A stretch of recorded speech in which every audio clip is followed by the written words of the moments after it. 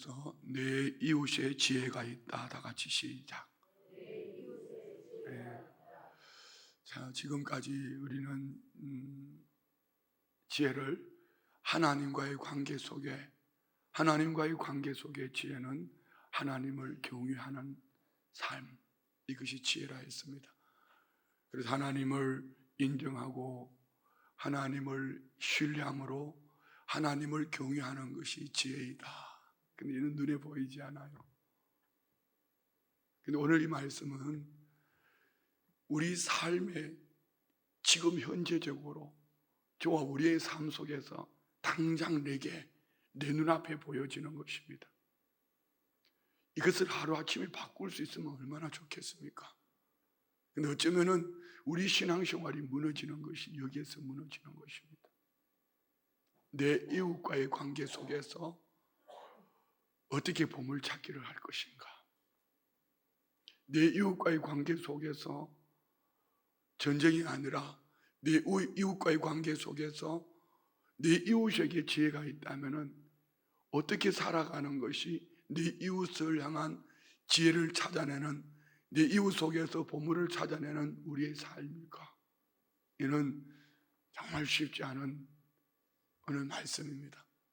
그래서 여러분 말씀을 듣는 가운데 그냥 귀로 듣고 흘려버리는 것이 아니라 오늘 우리 결단합시다. 이렇게 주님, 이 말씀으로 살아낼 수 있도록 내 안에 힘을 달라고. 할렐루야. 이렇게 살아내는 삶이 오늘 저와 우리의 영생의 복이 되기를 원합니다. 자, 영생을 얘기하면 다 자원적인데요, 크게 세 가지로 말합니다. 과거적인 영생과 현재적인 영생과 미래적인 영생이죠. 과거적인 영생이라 하면은 예수 그리스도의 십자가의 은혜로 우리는 죄 사함을 받았다. 원죄로부터 씻음 받았다. 아멘. 현재적인 영생은 뭘까요? 평강입니다. 평강. 오늘 내가 지금 평강을 누리고 있는가? 미래적인 영생은 천국에 들어가는 것이고요. 우리는 영생 얻은 하나님의 사람으로 예수님을 믿음으로 우리 과거의 죄는 씻음 받은 줄 믿습니다. 자, 그러면 현재적인 영생은 평강이라면 이 평강은 어떻게 누리며 살아갈 수 있을까? 내 이웃을 향한 지혜 말입니다. 내 이웃을 향한, 내 이웃에게 지혜가 있다면 내 이웃에게 이 지혜를 어떻게 찾아낼 수 있는가? 내 이웃에게 나는 어떻게 살아내야 하는가? 오늘 본문에는 크게 세 가지로 말합니다. 그 첫 번째는 이웃을 향하여 베풀라. 두 번째는 이웃에게 지나치게 간섭하지 마라. 세 번째는 악인의 형통함, 이웃이 잘 되는 거 부러워하지 마라. 이런 얘기입니다. 자, 한번 봅시다. 27절. 내 손이 선을 베풀 힘이 있거든. 내 손이 선을 베풀 힘이 있거든. 이 말씀 참 중요한 말씀. 여기서부터 우리가 살아온 방법과 성경이 말씀하시는 내 이웃의 지혜가 있다는 것에 여러분 잘 한번 들으면서 생각해 보십시오. 선을 행한다는 것은 이것을 내 것이라고 생각하면은 절대로 선을 행하지 못합니다. 그리고 내 것이라고 생각하면은 성경적인 가치관으로 볼 때 그는 선을 행하는 것이 아니다. 거지동량하는 거예요. 오늘 저와 우리에게 일용할 양식, 단순하게 먹는 것만 말하는 것이 아니고요, 물질에 아니면은 먹을 양식에 건강의 모든 삶 속에 내게 주어진 이 모든 것들 말입니다. 내게 필요한 것, 필요하다, 꼭 필요하다고 생각하는 그 이상의 모든 것은 하나님께서 우리 각 사람에게 선을 베풀 도구로 주신 거예요. 잘 보세요. 늘 말씀드리지만 요한복음에는 두 가지의 생물이 있다고 그랬지 않습니까? 요한복음 4장에서는 수가성 우물가를 여인을 통하여서 구원 얻는 생수가 있더라면은 요한복음 7장에서는 흘러 넘쳐나는 생수가 있는데 이는 성령을 말했습니다. 오늘 우리 각 사람에게, 자, 물은 아래에서 위로 올라가는 거죠. 감사해요. 물은 위에서 아래로 떨어지는 것입니다. 흘러 넘쳐난다는 것은 누구인가 영향을 끼치는 것입니다. 오늘 우리 각 사람에게 꼭 필요한 것 외에는 하나님께서 선을 베풀라고 내 것이 아니다. 원래부터 이것을 하나님은 내게 맡겨주셨어요. 그리고 내 것이 아니라 원래 소유자는 하나님이 내게 맡겨주셨는데 이것은 그의 것이다. 누구? 내 이웃의 것이다. 그래서 우리는 내가 인심을 쓰는 것이 아니라 선을 베푼다는 것은 하나님이 내게 맡겨주신 것을 원래 소유자에게 돌려주는 것이다. 이것이 성경에 있는 원어를 풀어내면 그렇게 나오는 거예요. 다시요. 지금 정말 어려운 얘기를 했어요. 여러분 쉽지 않은 거예요. 정신 똑바로 차리고 들으셔야 돼요. 잘 봐요. 우리가 선을 베푼다 하면은 되게 주머니에서 끄집어내서 아니면은 뭐 이렇게 인심 쓰는 것처럼 하면은 절대로 선을 베푸는 것이 아니다. 내게 꼭 필요한 것 이상 모든 것들은 초과적인 것인데 이 초과적인 것은 하나님께서 내게 맡겨주셨지만 내게 맡겨주신 것을 내 이웃을 속에서 지혜롭게 내 이웃에게서 지혜를 찾아서 내 이웃에게 초과적인 것을 원래 주인인 내 이웃에게 돌려주는 것, 이것이 선을 베푸는 삶이라는 것입니다. 그래서 베풀기 위해서는 물질의 공식이 세 가지가 있어요. 그 첫 번째는 모든 내 삶 속에 주어진 모든 것은 누구로부터 오는 것이다? 하나님으로부터. 여러분 너무 답을 너무 잘 알잖아요. 모든 것은 누가 주셨다? 하나님이 주셨다. 그래서 여러분 우리는 10분의 1을 구별하여 드리는 것도 모든 삶의 주가 하나님이심을 말씀하는 것이고요, 시간뿐 아니라 물질뿐 아니라 모든 것을 말합니다. 두 번째는 그것을 나눠줘라. 세 번째는 그리하면 영생을 얻으리라, 풍성해지리라. 과거적인 영생은 예수 그리스도 안에서 우리는 죄 사함을 얻은 용서받은 영생이 있더라면 지금 현세적인 영생은 평강을 누리는 것입니다. 어제 여러분 하루의 삶을 인생 보물찾기로 하셨습니까? 전쟁을 치르셨습니까?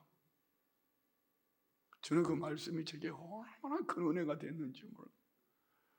그저께 저녁에 말씀을 묵상하고 새벽에 눈을 떴는데 그 말씀 속에서 너 전쟁 칠래? 보물찾기 할래?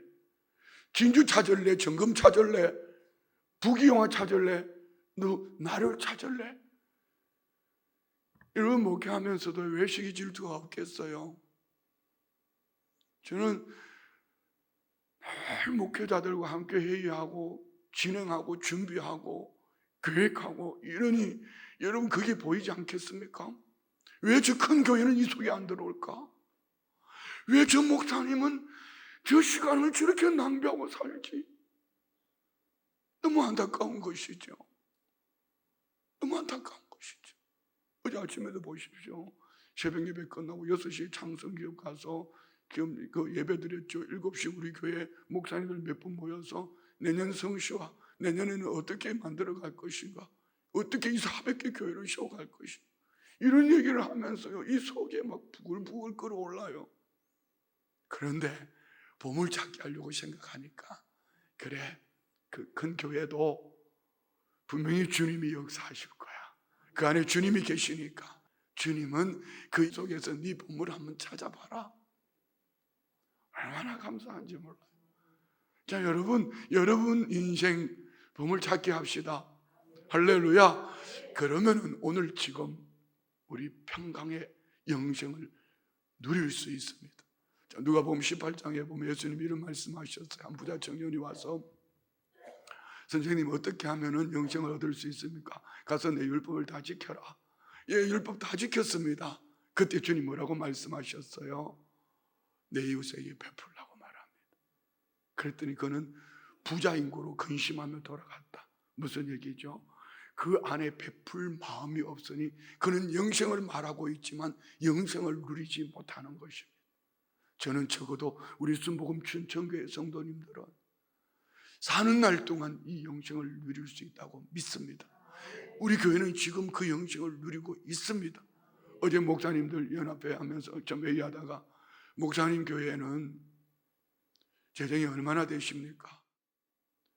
재정이 얼마냐가 중요한 것이 아니라 교회 재정을 가지고 정말 초과적인 부분, 주님 이웃들을 바라보며 우리 교회로 말하면은 이제 내년에는 이웃의 10개 교회를 정해서 10개 교회를 어떻게 물질뿐 아니라 우리 성도님들 1부 예배 드리고 2부 예배 드리고 방글라데시 여행 가는 것이 아니라 이제 막 일어나려고 하는 교회들에게 한번 꿈을 가져보세요. 여러분, 이게 얼마나 큰 축복인지요.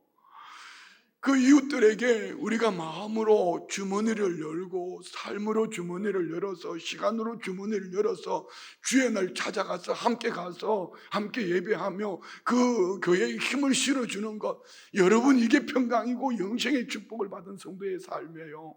지금 우리 한 분 장로님이 성도가 4명 나오는 교회에 1부, 2부 예배 드리고 가셔서 그 교회 가서 11시 예배를 드리셔요. 그런데 목사님이 찬송을 잘 못 부르셔요. 우리 장로님이 가서 막 기타 치며 찬양하고, 목사님이 얼마나 큰 힘이 되겠어요. 지금 그렇게 하고 계셔요. 얼마나 귀한 일이에요. 그렇잖아요. 저는 10교회 기도했더니 성령님이 지지난주인가요? 금요 저녁 기도에 네 사이즈가 그것밖에 안 되나 이런 마음을 주셨는데, 주님 내 사이즈는 더 크지만 차차 우리 온 성도들과 함께 하겠습니다, 이런 마음을 가진, 그렇게 편치 않아요.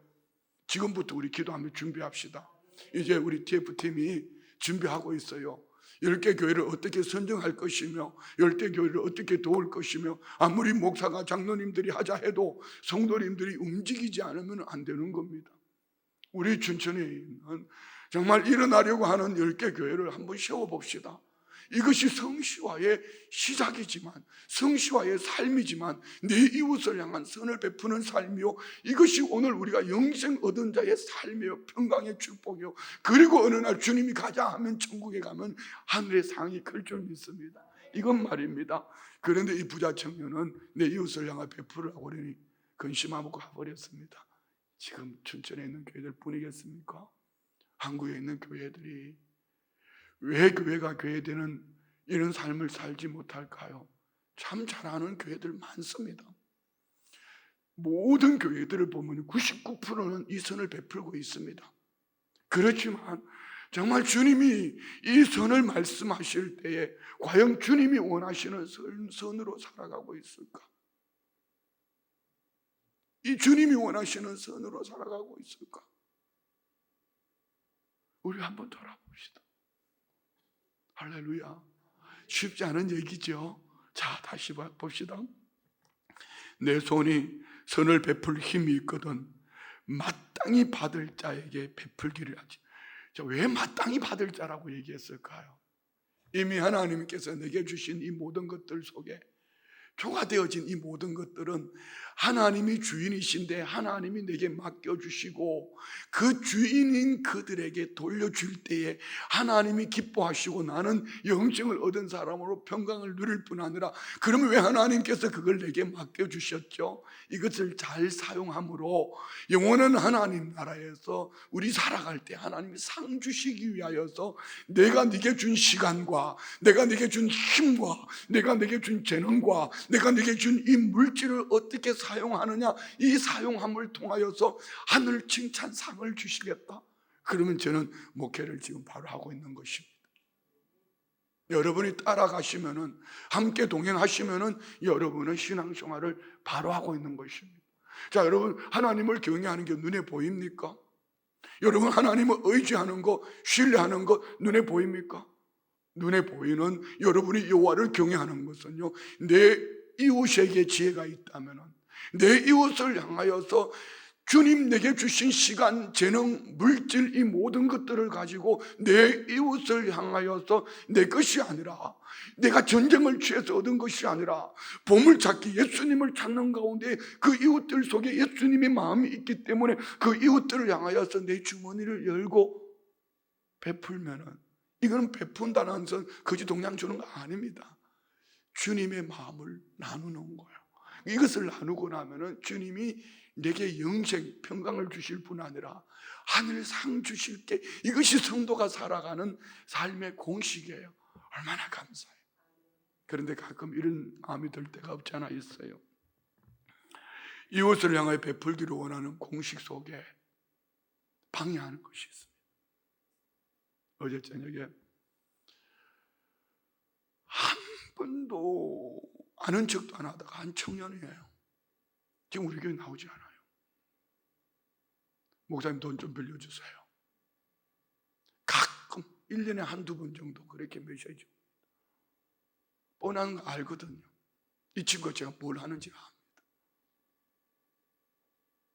아무 답을 안 했습니다. 좀 있으니까 메시지 또 왔어요. 목사님 제가 꼭 깎겠습니다. 지금 꼭 필요해서 그러는데 두말하지 않고 계좌번호 보내라. 보냈습니다. 그랬더니 답이 왔어요. 목사님 감사합니다. 그게 끝입니다. 이제 또 연락 안 할 거예요. 그 친구는. 자, 이런 생각을 가지고 제가 이 세 가지를 한번 해볼게요. 이 방해하는 세 가지. 첫 번째는요, 대상이 너무 많다는 거. 내가 베풀어야 될 상이 너무 많다는 거. 그래서 두 번째, 그러면 나 이렇게 다 베풀고 살면은 내 미래는 어떻게 하지? 내 주머니가 열려 있는데 나도 내 미래를 어떻게 준비를 해야 되는 거 아니냐 말입니다. 그리고 세 번째는요, 이렇게 도와줘서 뭔 소용이, 밑 빠진 독에 물 받게 하는 거예요. 그놈 뻔한 짓 할 거거든요. 네가 이거, 아니 그보다 더 큰 것, 더 얼마나, 정말 내 재산의 반이라도 내놓아서 그가 바른 가치관으로 살 수 있다면 내가 재산의 절반, 재산도 없지만은 줄 수 있을 거예요. 그런데 밑 빠진 독에 물 붓는 거예요. 그런데 왜 하나님은 이것을 베푸는 것이, 하나님은 내게 평강이라고 말씀하셨을까요? 그리고 그 다음은 하나님께 맡기는 것입니다. 요즘은 뭐 길거리에 그런 잘 모르지만 예전에는 전철 타면은 껌 사달라 앵벌이들 있잖아요. 많아요. 저는 신학교 다닐 때 그것 때문에 우리 교수님들하고 또 학생들하고 같이 토의를 한 적이 있습니다. 어떤 이는 그 앵벌이들인데 뒤에 조폭들이 있다, 베풀면 안 된다. 결론 이렇게 났습니다. 그래도 베풀어야 한다. 조폭도 하나님의 통치 속에 있고 그들도 하나님의 통치 속에 있으니까 내가 영생을 얻은 자로 평강을 얻으며 살려면은 그래도 베풀어야 한다. 중요한 것은 인생에 대한 태도의 문제는요, 그 인생에 대한 이 이웃을 향한 지혜는 내 마음 중심 태도의 문제입니다. 태도. 정말 어떤 것이, 어떻게 사는 것이 지혜로운 것인가? 내 마음 속에 때를 얻든지 못 얻든지, 우리가 복음을 전하는 것처럼 때를 얻든지 못 얻든지, 이 말은 기회를 만들어라, 기회를 선용해라. 기회가 주어지면 베풀려는 마음, 베풀려는 마음, 베풀고자 하는 이 마음만 가지고 있으면 얼마든지 할 수 있어요. 그러나 많은 사람들은 베풀기보다는 어떻게든 전쟁을 합니다. 내 주머니를 집어넣으려고 하는 거. 쉽지 않은 얘기예요. 여러분, 말 목소리 좀 크게 했다고 불편하십니까? 설교 좀 길게 했다고 불편하십니까? 정말 내 중심, 내 생각을 한번 돌아보십시오. 말은 거룩하게 하는 것처럼 부드럽게 하지만 심플하게 살고 있다고, 나는 내 건 내가, 나는 남들에게 손해를 안 끼치고 산다고 말하고 있지만 과연 그것이 주님이 기뻐하는 삶일까요? 그렇지 않습니다. 다시 27절 읽어요. 내 손이 선을 베풀 힘이 있거든. 자, 여기 우리 모두 다 힘이 있어. 이게 돈, 물질 얘기하는 거 아닙니다. 어떤 에게는 시간이 있고, 어떤 에게는 달란트 재능이 있고, 어떤 에게는 물질이 있고, 어떤 에게는 건강이 있고, 저마다 있습니다. 어떤 에게는 옷이, 두 벌 옷이 있고, 아침에 제가 옷을 입으려고 보니까 종류가 너무 많더라고요. 우리 모두에게는 힘이 있습니다. 그런데 이 베풀 힘이 누구 것이야?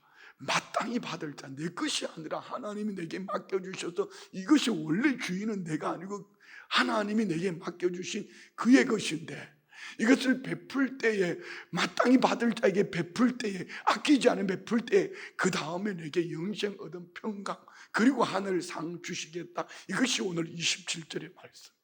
이 27절이 해석되어지면 나머지는 자동적으로 해석되어집니다. 28절 봅시다.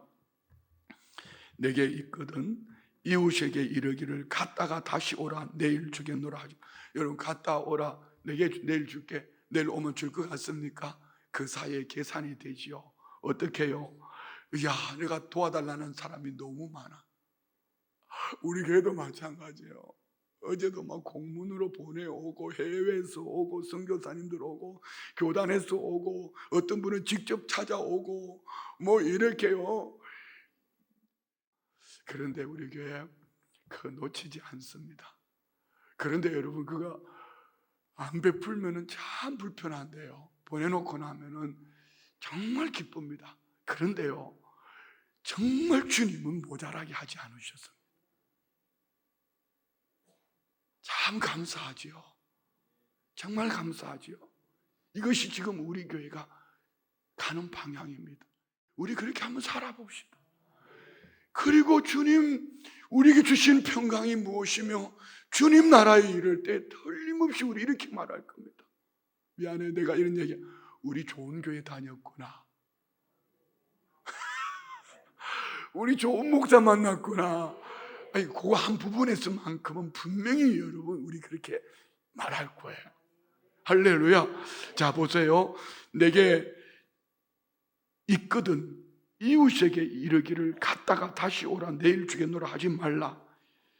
자, 두 번째는요, 내 이웃이 내게 있어서 평안히 살거든 그를 해하려고 꾀하지 말며 사람이 내게 악을 행하지 아니하였거든 까닭 없이 더불어 다투지 말라. 뭐 전쟁하지 말라 이런 그 얘기 아닙니다. 이웃에게 필요 이상으로 간섭하지 마라. 무슨 얘기입니까?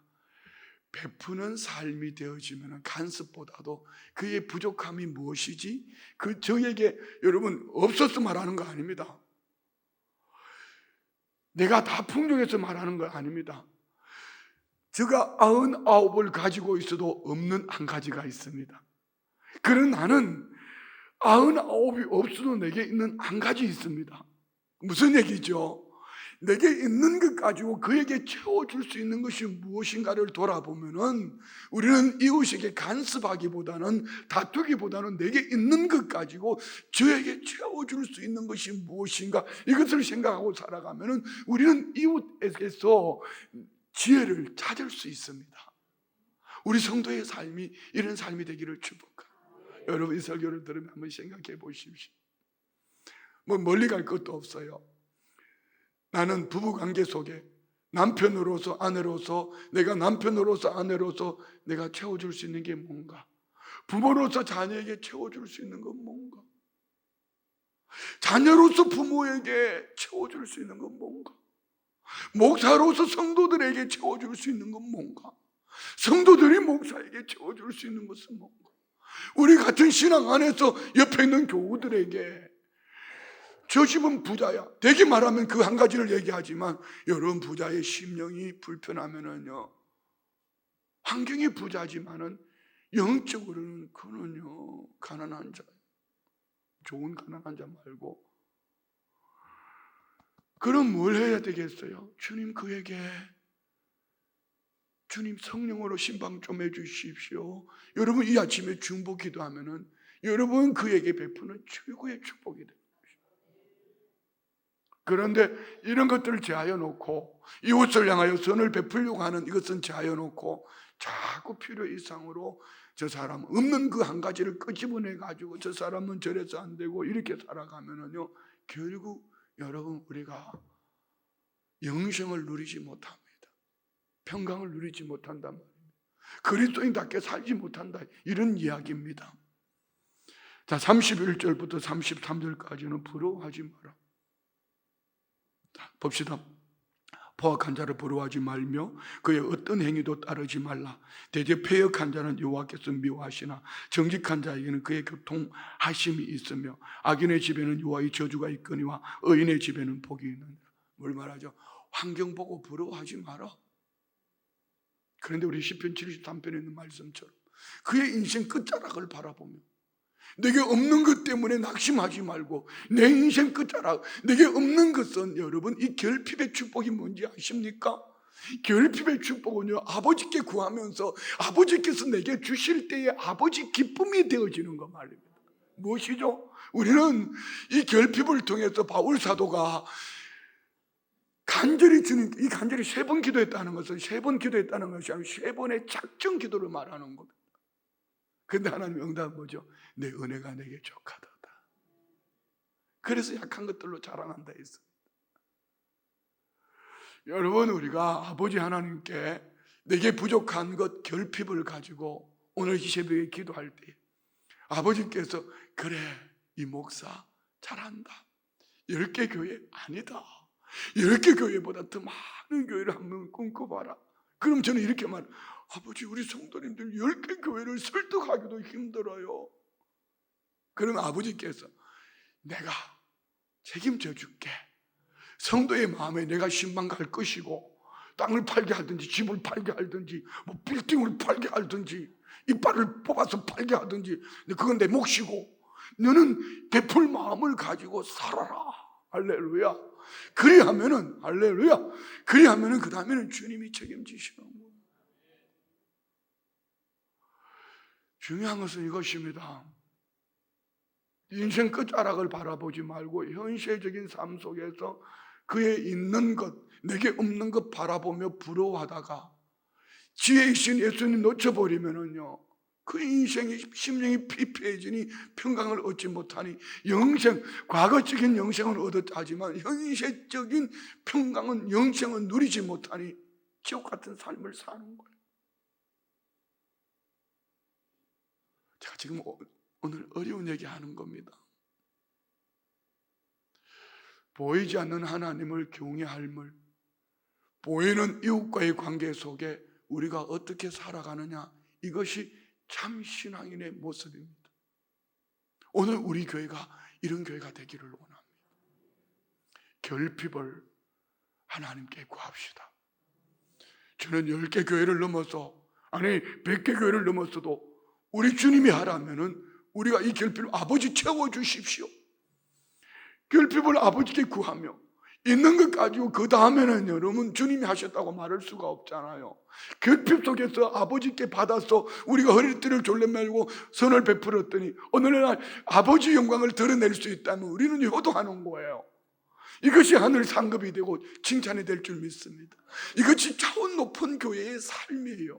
우리 성도님들의 삶이란 말입니다. 우리 이렇게 한번 해봅시다. 할렐루야. 여러분 꼭 물기만 말하는 거 아닙니다. 4시간 말입니다. 1부, 2부 예배 왔다가 3부 예배, 그 시간 속에 이웃교회 가는 거예요. 우리가 할 수 있는 거 있잖아요. 제가 교회 가면 우리 DF팀과 함께 준비합니다. 그리고 여러분은 그냥 함께 마음을 모아서 이것이 성경적이고 하나님 보실 때 축복된 삶이라면은 함께 마음을 합하면은, 그리고 그 다음은 주님이 하실 줄 믿습니다. 그래서 이웃들을 향해 부러워하지 말고 저 교회는 얼마나 많은 사람이 있는데 이런 일을 하는데 그거 초점 맞추지 말고 우리가 할 수 있는 것 말입니다. 최근에 우리 교회에 나오셔서 새로운 가족들, 특별히 남성분들이 은혜를 입는데 그분들이 하는 얘기가 이런 얘기. 야, 우리 교회 진짜 소박하다. 이 많은 성도들이 모이면은 건물을 다른 교회는 보니까 막 빌딩 짓고 막 화려하게 짓는데 우리 교회 와 보니 참 소박하다는 겁니다. 우리 교회 주보를 보니까 이 정도 교회가 되면은 이 주보 순서지가 휘황찬란할 텐데 인쇄가 한 장 프린트물 한 장 주니까 야, 그리고 우리 교회에 미래가 있다. 다음 주 어제도 신방을 다녔는데 요즘 이렇게 하다 보니까요, 남성분들이 새로 오신 분들이 은혜 받는 이유가 거기서 은혜를 받는데요. 아, 그렇구나. 주보를 더 이상 새롭게 만들지 못하겠구나. 뭐 이런 생각도 해보는데요. 그래요. 정말 귀한 거 아닙니까? 그것도 새로 오신 남성 성도님들이 50세, 60세, 70세 되시는 이런 분들이요, 오늘을 봤는데 한 분은 그런 얘기 하셨어요. 사고 때문에 우리 교회로 오셨는데요, 첫 번째 왔을 때 나한테 얼굴도 맞추지, 눈빛 나가시는데 표정이 출장 오신 분 같아서 한 대 팰 것 같았어. 세 번 오시고 난 다음에 부인에게 이런 얘기 하더래요. 우리 목사님 바뀌었어. 오늘 지난번에 그 목사님 맞는데 목사님이 달라졌대. 자기가 달라진 거예요. 그분이 교회 와서 보니까 참 우리 교회 좋다. 그리고 네 번째는 이렇게 말하더래. 우리 목사님 설교 진짜 잘한다. 그 다음은 안 물어봤어. 자, 34절 35절 봅시다. 진실로 그는 거만한 자를 비웃으시며 겸손한 자에게 은혜를 베푸시나니. 자, 앞에 세 가지. 그 첫 번째는 선을 베풀며 이웃들에게 필요 이상 간섭하지 않고 이웃에게 베풀 마음을 가지고 이웃을 향한 부러움보다는 하나님께 감사함으로 살아가는 이들에게 진실로 그는 거만한 자. 왜 거만하죠? 전쟁을 치르며 자기 중심으로 살아가니까. 하나님은 거만한 자를 비웃으시며 겸손한 자에게 은혜를 베풀. 겸손한 자가 무엇입니까? 이웃을 향해 고개를 숙이는 것입니까? 내 이웃에게서 지혜를 찾아가는 성도의 삶을 말합니다. 아멘. 35절. 지혜로운 자는 영광을 기업으로 받거니와 미련한 자의 영달함은 수치가 되는. 지혜로운 자는 영광의 기업. 자, 여러분, 우리는 예수 그리스도 안에서 십자가의 은혜로 하나님의 자녀가 되었고 하늘 기업 열 상속자가 되어진 줄 믿습니다. 그럼 우리는 어떻게 살아야 될까요? 지혜로운 자의 영광을 기업으로 받거니와. 말씀 좀 올려주실래요? 35절 같이 한번 읽어요. 지혜로운 자는 영광을 기업으로 받거니. 그냥 하늘 기업만 받는 것이 아니라 하늘 기업 속에 하나님의 영광이 기업을. 무슨 얘기일까? 하늘 칭찬 상급이 넘쳐날 거야, 이런 얘기예요. 얼마나 감사해요. 우리 애들 보고 왜 공부하라 그러죠? 그리고 그 다음 때문에. 여러분, 우리가 왜 이렇게 이웃에게서 지혜를 찾아야 되죠? 그리고 그 다음, 우리는 하늘 기업만 받는 것이 아니라 영광을 기업으로 받는 거. 그러나 미련한 자의 영달함은 수치가. 어떤 사람은 미련한 사람이죠? 전쟁 치르고 자기 중심으로 살아. 나만을 위해서 살아. 우리만을 위해서 살아가는 거. 적어도 저는 목회 그렇게 하지 않을 겁니다. 저게 왜 그렇게 하십니까? 말하면 저는 제가 할 수 있는 방법을 찾을 겁니다. 성경이니까요. 왜 목사님 지나치게 그러십니까? 여러분, 지나친지 안 지나친지 하나님께 물어봤습니까? 우리 교회 안에도 우리 교회 안에 어려운 이 결핍 우리가 베풀어야 합니다. 그렇지만 이 결핍을 하나님이 왜 그에게 허락하셨을까 한번 돌아보십시오. 이 하나님의 징계 속에, 이 하나님의 시험 속에 하나님의 축복의 통로가 있었더라면 그는 교회에 와서 이 결핍을 꿔달라고 할 것이 아니라 그 결핍을 정말 주님 앞에 무릎을 꿇고 구하고 있다면 교회가 당연히 그 결핍을 채워야죠. 그 결핍을 하나님께 구하지도 안 하고 거지 동냥하듯이 자꾸 달라고 그러면은요, 너는 하나님이 징계 속에 있어. 늦게 달아야 돼. 하나님이 하실 때까지 기다려야 됩니다. 이건 결코 하나님의 방법이 아닙니다. 우리 교회 안에 어려운 사람 많습니다. 그렇지만 그 결핍은 하나님이 허락하셨더라면 우리도 또한 돌아봐야 되지만 자연적인 결핍과요, 하나님이 이 결핍을 허락한 삶은 분명히 다릅니다. 연세가 드셔서 연로하셔서 거동하기 불편한 이 결핍, 도울 자가 없어서, 그래서 성경에 참 과부가 있고요, 젊은 과부는 참 과부가 아니에요. 참 과부는 당연히 도와야 됩니다. 고아와 과부와 가난한 자들 당연히 도와야 됩니다. 그렇지만 하나님이 허락하신 결핍이라면 그 결핍은 새벽을 깨우든지 금식을 하든지 작정해서 기도하든지 하나님의 은혜 속에서 채우시는 하나님의 결핍을 그가 믿음의 성숙된 자로 나아갈 때에 교회 안에 어려운 사람 많습니다. 그렇지만 우리가 돌아봐야 될 것은 내 이웃 속에서 지혜를 찾아야 합니다. 말씀 마칩니다. 하나님을 경외하는 자의 삶은 하나님을 인정하고 그분을 의뢰했더라면 내 이웃 속에서 우리가 지혜를 찾지 못하면 결코 하나님을 경외하는 자의 삶을 살지 못할 것입니다. 우리 성도의 삶 속에 내 이웃 속에 있는 지혜를 찾아서 전쟁을 치르는 것이 아니라 영생, 평강을 누리는 복된 삶을 살아가는 모두가 되시기를 주의 이름으로 축원드립니다. 기도합니다. 하나님 아버지, 참으로 어려운 말씀을 들려주셨는데 성령님 마음판에 주신 말씀을 새기게 하셔서 살아낼 때에 내 이웃 속에서 지혜를 찾아가는 복된 삶이 되게 하여 주옵소서. 예물 드립니다. 11조 예물 드립니다. 상조헌금 드립니다. 성조헌금 드립니다. 각종 감사 예물 드립니다. 40일 작정 마칠 수 있도록 도우신 성령 감사합니다. 앞으로도 계속 도우실 줄 믿습니다. 마음의 소원을 이루어주는 주님을 믿고 더욱 기도의 힘쓰게 환경을 주관해 주옵소서. 하나님 아버지, 지난 한 달도 지켜주셔서 감사합니다. 지혜 좋은 일 있게 해 주옵소서. 하나님, 꽃 화분 자주 바뀌는데 감사함 못한 걸 용서하여 주옵소서. 앞으로 잘할 수 있게 도와주옵소서. 범사의 신방 감사의 물 드립니다. 신방 감사의 물 드립니다. 올려드린 예물 이 중심 보시고 하나님을 경외하는 속에 지혜를 얻었더라면 이웃을 향한 내 이웃 속에 지혜를 찾아가는 복된 삶이 하늘 기업, 영광의 기업을 받는 우리 모든 성도들 되게 하여 주옵소서. 예수님의 이름으로 축복하며 기도드리옵나이다. 아멘.